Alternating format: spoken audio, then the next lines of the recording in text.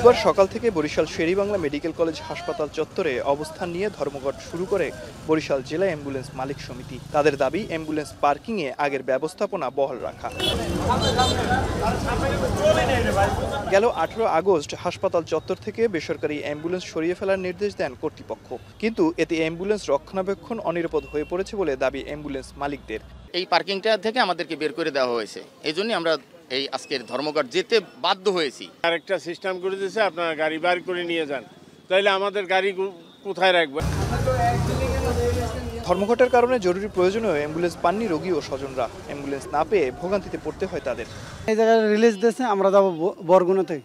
এখন আমরা গাড়ি পাইতে আসি না। লোকাল এমনি ড্রাইভার গাড়ি ভাড়া করে যাবো, হেরও যাবে না। আমি ঘুরতে আসি, মাহিন্দ্র তো নিতে পারতেছি না, মাকে নিয়ে বুক করতেছি আমি মেডিকেল ফ্লোরে ফেলানো। হাসপাতালের পরিচালক জানান, হাসপাতালের পরিবেশ রক্ষায় বেসরকারি অ্যাম্বুলেন্সগুলো সরিয়ে নিতে বলা হয়েছে। এছাড়া সরকারি অ্যাম্বুলেন্সের মাধ্যমে সেবা চলমান রয়েছে। যার দরকার সে সরকারি অ্যাম্বুলেন্স থাকে নিবে, না থাকলে সে ওখানে যাবে, ওখান থেকে তাদের কাছ থেকে তাদের পছন্দ মতো অ্যাম্বুলেন্স নিয়ে তারা যাবে। সমস্যা কি? এটাতে কোনো বাধা নাই, ওটা তো আমি বাধা দিচ্ছি না। এখন ওনারা যদি বলে যে আমাদের পার্কিং প্লেস লাগবে মেডিকেলের ভিতরে, এটা তো আসলে হয় না।